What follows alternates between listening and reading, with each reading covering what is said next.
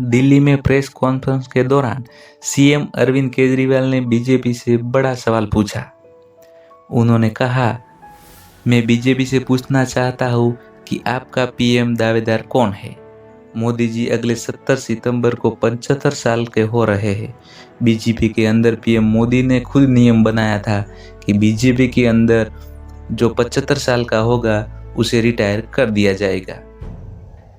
दरअसल शराब घोटाले मामले में अंतरिम जमानत पर तिहाड़ जेल से बाहर आए दिल्ली के सीएम अरविंद केजरीवाल बीजेपी और पीएम मोदी पर काफ़ी आक्रामक है।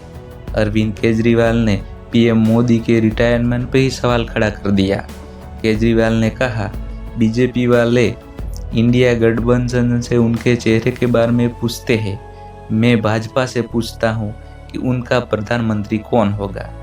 प्रधानमंत्री नरेंद्र मोदी जी अगले साल 70 सितंबर को 75 साल के हो रहे। उन्होंने ही नियम बनाया था कि 75 साल के उम्र वालों को रिटायर कर दिया जाएगा। उन्होंने लाल कृष्ण आडवाणी, मुरली मनोहर जोशी, सुमित्रा महाजन को रिटायर कर दिया। उन्होंने आगे कहा, मोदी अगले साल रिटायर हो जाएंगे। वह अमित शाह को प्रधानमंत्री बनाने के लिए वोट मांग रहे।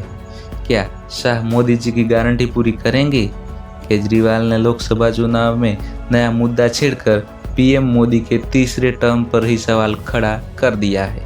दिल्ली में लोकसभा की सभी 7 सीटों पर छठे चरण में 25 मई को मतदान होना है। केजरीवाल जानते हैं कि चुनाव प्रचार के लिए काफ़ी कम वक्त बचा है।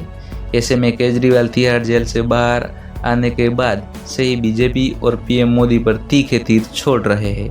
राजनीतिक जानकारों का कहना है केजरीवाल पीएम मोदी पर सीधा अटैक करके दिल्ली और देश की जनता का ध्यान अपनी ओर खींचना चाहते हैं।